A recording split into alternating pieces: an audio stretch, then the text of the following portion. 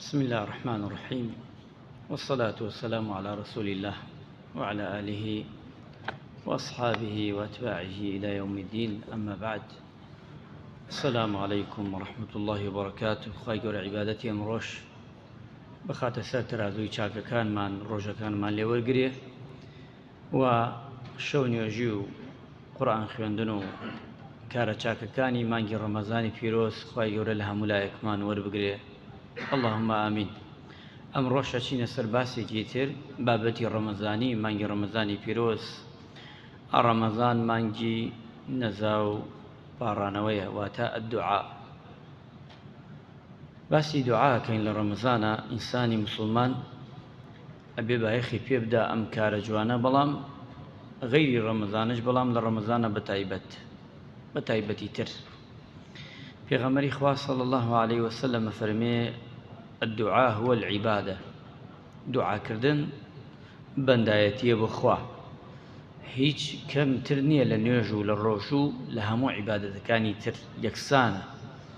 هیچ فەرقی نییە تۆ لە شوێنێکا دانیشی نوێژ بکەی، دوعا بکەی، ڕۆژوو بگری، حەج بکەی، دوعا بکەی، گشتی یەکسانە.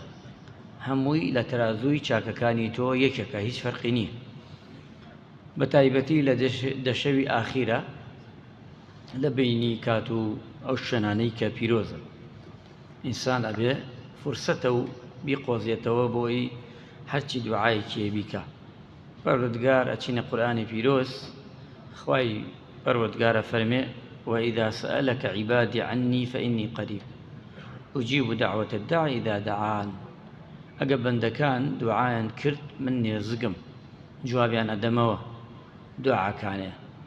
بەڵام ئێمە ئەبێ وریابین ئەو دوعاینەی کە دەیکەین، ئەگە وەڵامی نەبوو ئەبێ بە خۆمانە بچینەوە، بزان بۆ وەڵامی نییە، سەبەب چییە، هۆکار هەیە.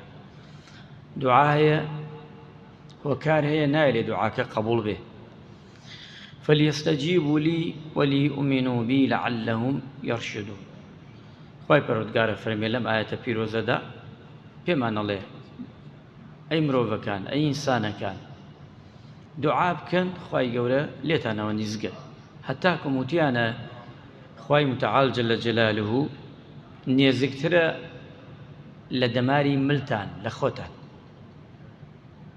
جەلە جەلالوه پەروەردگار بەتایبەتی لە سێکوتی شەوە کە دابەزێتە ئاسمان.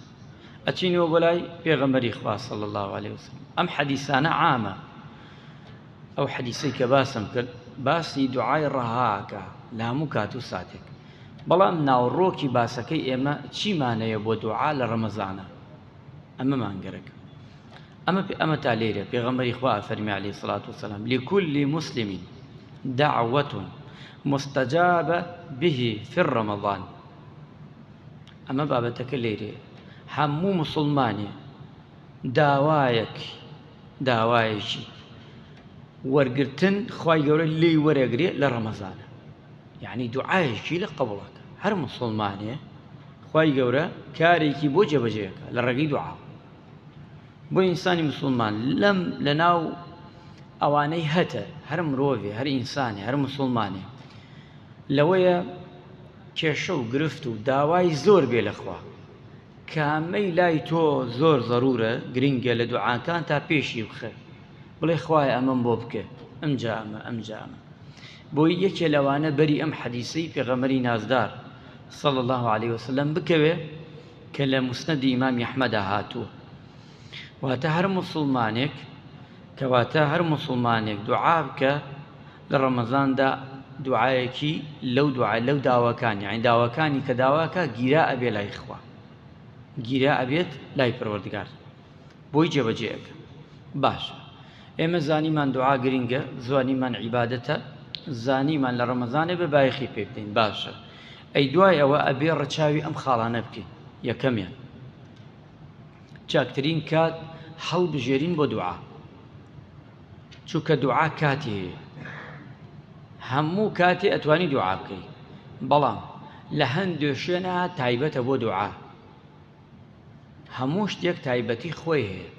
شەڕی ئاینی ئیسلامی پیرۆز هەمووی تایبەتی داناوە. یەکێ لەوانە بینی قامەت و بانگ پێغەمبەری خوا فەرمی عەلەیهی سەڵات وەسەلام کە بانگ درا دوو ڕکات سونەتت کرد چوارت کرد دانیشتیتە چاوەڕێیەکەی قامەت بکرێ ئەو کاتە دوعا بکە پێغەمبەری خوا صلی الله علیه وسلم ئەفەرمێ ئەو کاتە دوعا ڕەت ناکرێتەوە ئەو کاتە دوعا ڕەت ناکرێتەوە یەکێ لەو شوێنانەی کە دوعا قەبوڵە بینی قامەت و کە چییە بانگەکەیە بانگیدا دوای بانگەکە هەتا قامەتەکری ئەو کاتە کاتێکی زۆر پیرۆزە بۆ دوعا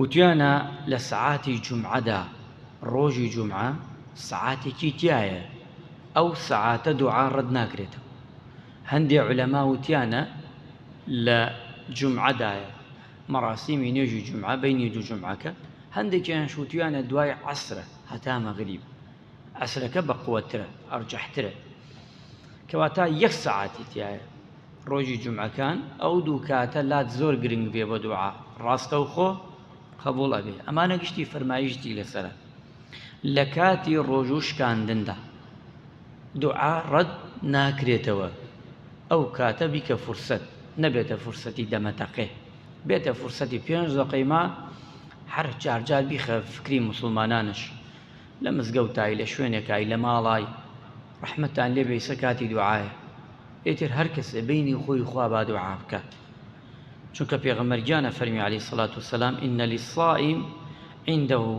عند فطره دعوة ما ترد ئەو کەسێک کە ڕۆژوو دەشکێنێ دوعایەکی ئەگەر بیکا لەو کاتەدا دوعاکە ڕەت ناکرێتەوە ئەمانە چەند شوێنەکە ئینسان ئەبێ زۆر بایەخی پێ بدا خاڵی دووەممان هەڵبژاردننی چاکترین شوێن بۆ نەزا شوێنەکەمان لەکوێ دوعاکەین ئەو شوێنە کوێ پیرۆزە شوێن هەیە پیرۆزتر ئیستا مزگەوت پیرۆزترە لە ماڵ دوعای مزگەوت ئەولاترە هەتا ماڵ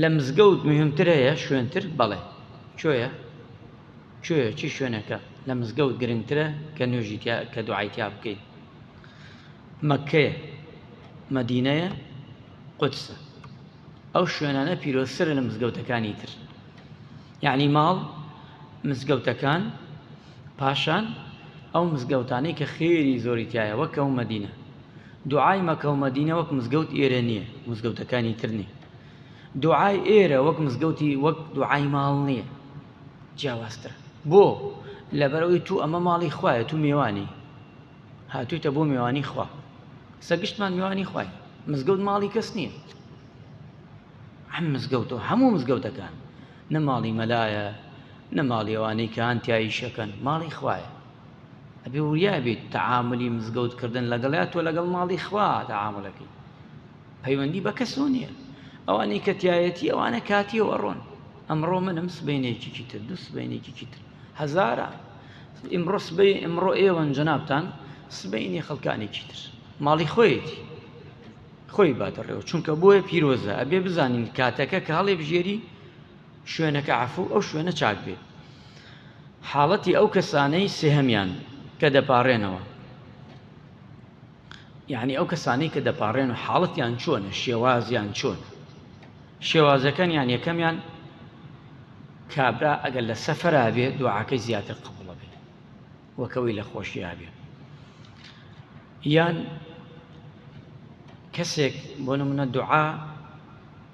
دوعای باوکو دایکی بکە بۆ ڕۆڵەکەی زیاتر مەقبولە ڕۆڵەکە بۆ دایک و باوکی بکە ئەو کەسانەی کە دوعاکەن لە سەفەرە مسافر یان دوعای دایک و باوک بۆ ڕۆڵە بۆ کوڕ بۆ کچ بڵێن کەسێک دەرچووە بۆ غەزا بۆ تاالبی علم بۆ شوێنێک ئەوش پیرۆزە کاتەکەی یان ڕۆژوگرتن یان کەسێک کە ستەمی لێکراوە مەزلوم دوعای بینی خۆی خوا ڕەت ناکرێتەوە ئەمانە چونکە پێغەمبەری خوا فەرمی عەلەیهی سەڵات وسەلام سێ کەس هەن دوعایان ڕەت ناکرێتەوە یەکێکیان لەوە سائیم ڕۆژوو یەکێ لەوانە ئەلیمام العادل یعنی دەسەڵاتدارێکی دادپەروەر ئەمە دوعای ڕەت ناکرێتەوە سێهەمیان کەسێک کە زوڵمی لێکراوە مەزلومەکە دوعا بکا لە زاڵمەکە ڕەت ناکرێتەوە ئەمەش سێهەمیان خاڵی چوارهەممان ئەو سێ خاڵە لە خاڵی سێمان غەفڵەت نەبی وریابە کاتێ دوعاکەی دڵت لای دوعاکە بێ خوا دڵی ئەوێ خوا دەستیشی ئەوێ لەگەڵی بەڵام شێوازی دوعا جیاوازترە لە دوعا ئەبێ وریابیت خۆت بپارێزی لە غەفڵەت خۆت بپارێزی لە بێئاگایی دوعا ئەمەی گەرەک یعنی کاتێ دوعاکەی فکرت لای شوێنێتر نەبێ لەگەڵ دوعاکە بزانی چی ئەڵێی داوای چی ئەەکەی ئەمە ئەبێ زۆر بایەخی پێ بدەیت و یەکێک لەوانە پاڕانەوە سونەت وایە ڕوو لە قیبلە بکەی دوعا ڕوو لە قیبلە بکەی سونەت وایە ئەسەح دەست بەرزۆ بکەی هەندێک حاڵەت هەیە جیاوازە پێغەمبەری خوا سەڵ سەلەم دوعای کردووە دەستی بەرزۆ نەکە سێ حاڵەتمانەیە بۆ دەست بەرزکردنەوە غەڵەت تێمەگەن ئێستا زۆرینەی موسڵمانان لەم حاڵەتە زۆر غەڵەت تێگەیشت لە هیچ شتێکا دەست بەرزۆ ناکەن نا وانییە یان هەشمانە لە هەمووی دەست بەرز دەکاتەوە نا واش نییە هەردی غەڵەت چۆنە سێ شێواز دوعامانەیە لە هەندێک حاڵەت ئەبێت دەست بەرزۆ بکەی لە هەندێک حاڵەت دەستی ناوێ بەرزکەیتەوە لە هەندێک حاڵەتش جیاوازە لە بینی هەردووگیانە چۆن نمونەی چییە ئێستا تو ئەچی بۆ سەر ئاو دوو لە ڕوو جەنابتان دوعامانەیە سەر ئاو گەرێکێتی لە بەردەم سەر ئاوەکە دەست بەرزۆکەیت ناوێتی دەستنوێژ ئەشۆی دوعاکەی پێویستە دەست بەرزۆ بکەی ناوێتی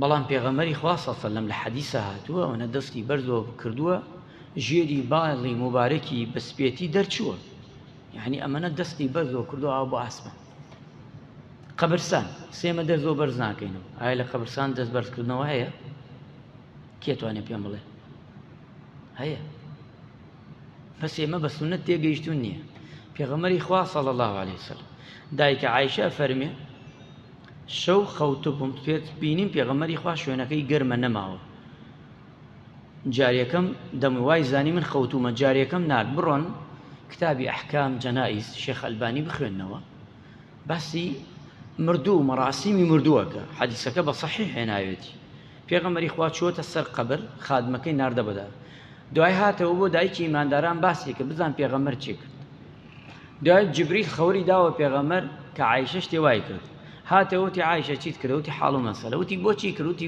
بزان تۆ چیت کردووە وتی ئەی پێغەمبەری خوا سەڵام چیت کرد وتی ڕۆیشتوم بۆ فکری براکانم کرد لە بەقیع چوم ئەم شەوە وەی نیمەی شەوە دوعام کرد بۆیان جارێکەش ئەفەرمێ بینیم پێغەمبەری خوا حتا بکرێ دەستی بەرزۆ کرد تو من ئەبەیتە قەبرستان لە قەبرستان گشتمان ڕاستین هەرکێ بۆ خۆی دوعا بکە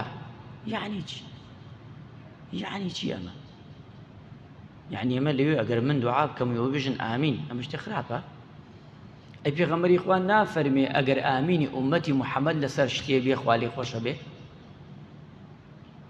ئەی ئەوانە هەیە ئەبێ کاتێ ئێمە شتێک جوان شی ئەەکەینەوە لە تەفاسیلی ئیشەکە جوان تێبگەین چونکە گەر تێنەگەینە کاتە سەر لە خۆمان تێکە دەین لە موسڵمانانش لەو کاتەشە هەیە لە کاتی ترمان هەیە پێغەمبەری خوا دوعای کردووە بۆ باران دەستی بەرزۆ کردو پێغەمبەری خوا فەرمێ کاتی نوێژەکان دوعای کردووە جارجار هەفتەی دوو جابی کە گشت ڕۆژەمەی کە ئەتوانی ئەمانە یەکێک لەوانە سونەتە ئینسان دەست بەرزکردنەوە یعنی چی ئەزانم مسلمانەکان یان نیشانەی زەلیلیە کە دەستت بەرزۆ نەکرد نیشانەی تەکەببوریە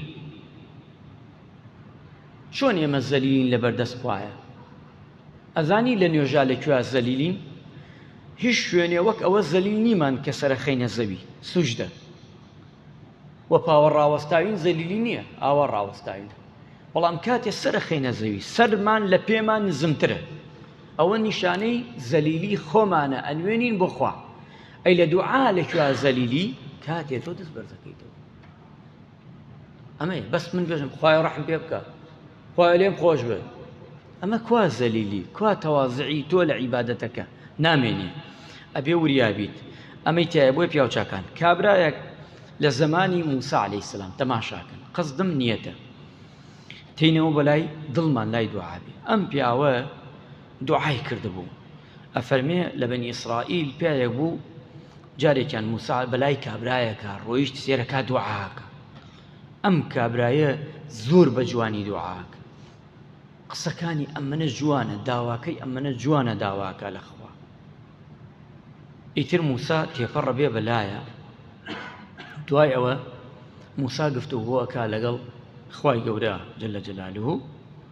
موسا ئەڵێ خوای گیان ئەو بەندەیە دام بەلایە بینیم دوعای کرد، ئەوە گەر دوعای بکردایە لە من موسا ئایژێ دوعای بکردایە لە من ئەمەنە بە جوانی ئەیکاو ئەمەنە سەک دوعاکانی یعنی داوایەکە من یەکسەر قبول نەکرد. خوای پەروەردگار وحی نارد بۆ موسا وتی موسا تۆ لە من کەچیت لە من بە سۆزتر نیت بۆ بەندەکانم. من دوعای ئەو پیاوەم با بزانی قبول نەکرد. موسا تەعەجوب یاد بۆچی قبولی ناکەی خوای گیان؟ پرسیاری کرد ئەی پەروەردگارە دوعاکەی زۆر جوان بووە، داوای شتێکی نەکردووە نەحەق. وتی موسا چاک بزانە ئەو پیاوە بەڕواڵەتە دوعا ئەکا، قسەکەیشی دوعاکانشی معقولە، بەڵام موسا چاک بزانە ئەم کابرا بەس بەڕواڵەت لای منە، دڵی لای من نییە، دڵیا لە شوێنێکی تر.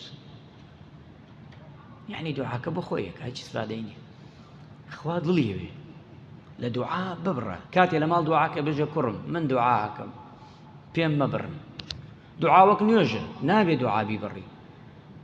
کابرا دوعاکە لەو لاوەتێ سلام عەلەیکم، کابرا دوعاکە گفتوگۆ لەگەڵ خواکە، ئەبێ مەجبورە ناچارە بۆی کابرای لە عاجز نێ دوعاکەی عەلەیکم سەلام وەڕەحمەتوڵڵاه. کابرا قورئان ئەخوێنێ سلام عەلەیکم، یەکاکە ئەو قورئان ئەخوێنێ بۆ سەلامی لێکەی. ئێمە جارێ ئەوانەش نازانین ئەو کە قورئانی کردەوە جەلە جەلالوهو تەماشای ئەم عەبدەکە، تەماشایە. ئیتر ها لە گفتوگۆ دوعای لێ مەکە، بینی لێ مەکە، بێژین عەفو سەلامی لێ مەکە، یان دوعاکە سەلامی لێ مەکە. بە ئەوش دووگران نەبێ و تۆش دووگران مەبەگە سەلام تش لێی کرد جوابتی نەداوە مەلایکە جوابی دا تۆ تەواو تشتێکی زۆر ئاساییە. کەواتە بێ دڵمان لای بێ. خاڵی پێنجەممان ئەبێ چی بین؟ چەند ئادابێکەیە لە دوعا بێ وریای بین. ئەو ئادابانەش کە ئینسان دەستی پێوە بگرێ دوعای خراپ نەبێ لە خەڵک بیکە، دوعای سیلی ڕەحم بێ، دوعای چاکە و باشە بێ ئەنجامی بدا، دوعای خراپە و خراپەکاری نەبێ. خاڵی شەشەممان نەبوونی هۆکاری ئەوەی چییە وامان لێکا دوعاکانمان قبول نابێ، خوا جوابمان ناداتەوە، وەک ئەو پیاوەی کە باسمان کرد لە پێشە. یەکێ لەوانە حرامخۆری ئەبێتە مانعی دوعا، ناگرێتەوە، واتە دوعات قبول نابێ. غەش، فێڵ، خیانەت، سوێن بە درۆ خوا پەنامان بدا، ئەمانە گشتی ئەگرێتەوە، ئەمانە وات لێکا دوعاکانت قبول نەبێ، ئەبێ لەم کارانە خۆت نەجات بدەیت. چونکە ئەو پیاوەی کە دوعای کردە پێغەمبەری خوا فەرمی عەلەیهی سەڵات وەسەلام شێوازی دوعایە، کاتی دوعایە، موسافرە، جلوبەرگی تێک چووە، بەس چییە فەرمێ؟ مەطعەمه حەرام ومەلبەسه حەرام وغوذیە بالحەرام، ئەمانە گشتی حەرام بووە، بۆیە قبوڵی لێ ناکرێت. پێشەوە ئەبوو بەکر ڕەزا و ڕەحمەتی خوای لێبێ فەرمێ پیاوێک کاتێ لوقمەیەکی خوارد دوای وتیان حرامە، دەستی کردە قوڕیە سەحابەکان ڕەشاندیەوە، حرام چووە گردنەوە قبوڵی ناکە. هەر گۆشتێک بە حرام گەورە بوو پێغەمبەری خوا فەرمی ئەو گۆشتە مستحقە، یعنی مرۆڤ جەستەی بە حرام قڵەو کرد مستحقە ئەو جەستەیەکی ئاگەر بتوێنێتەوە. ئەبێ ئەوە بزانین. ئیبراهیمی کوڕی هەدەم ڕەزا و ڕەحمەتی خوای لێبێ یەکێ لە پیاوچاکانە، زاهیدە، عابیدە، وتیان بۆچی ئێمە دەپاڕێینەوە؟ چونە لای ئەم زاهیدە وتیان بۆچی ئێمە دەپاڕێینەوە دوعاکەین قبوڵ نابێ؟ ئەم پرسیارە زۆر جار خۆمانەیەکەین، خوایە یعنی ئەڵێن خوای گیان ئێمە دوعاکەین بۆ قبوڵ نابێ، دوعاکانمان کەم قبوڵە بێ. ئەم پیاوچاکەش وەختی خۆی خەڵک چووە لای وتی بۆچی ئێمە دوعاکەین قبوڵ نابێ؟ ئەم پیاوچاکەش ئیبراهیمی کوڕی هەدەم جوانی فەرمووی دە خاڵ هەیە ئێوە جێبەجێی ناکەن، یەکەمیان بۆیە دوعاتان قبوڵ نابێ، بەڕاستی خواپەرستی ناکەن، یەکەمیانەوەی بەڕاستی خواپەرستی ناکەن. ئیتر ئەمە یەکەمیان. دووەمیان دەڵێن پێغەمبەرمان خۆشوێ، بەڵام بەڕاستی ناکەونە دوای سونەتەکەی. سێهەمیان فەرمووی قورئان دەخوێنن بەڵام کردداری پێ ناکەن. چوارەمیان لە نیعمەتی خوادا زۆر ئەژین بەڵام بە ئەندازەی نیعمەتی خوا شکری ناکەن. زۆر جوانی فەرموون پیاوە. چوارەمیان پێنجەمیان دەڵێن بەهشت خۆشە بەڵام کاری جددی بۆ ناکەن، هەوڵ نادەن. شەشەمیان دەڵێن دژمنمان شەیطانە بەڵام دژایەتیشی ناکەن. حەوتەمیان دەڵێن دۆزەخ خراپە ناخۆشە بەڵام کاری خۆپارێزی بۆ ناکەن. هەشتەمیان دەزانن بۆ نمونە هەموومان دەمرین بەڵام خۆتان بۆ ئامادە ناکەن. نۆهەمیان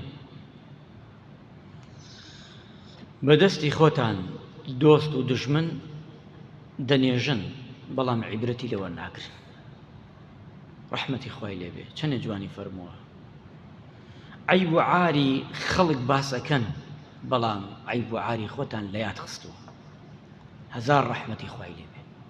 هەموو قسەکانی حەقە بە ئاڵتون بنووسێتەوە. وەڵڵاهی ئەم دەخاڵە جێبەجێکە، وەڵڵاهی داوای هەرچی بکە خوای گەورە نییە بەردەکاتە ئاڵتون بوت. وەڵڵاه گومانتان لەوە نیە، بەڵام ئێمە ئەلەیرا دۆڕاوین بۆیە دوعامان خوا قەبوڵ ناکە.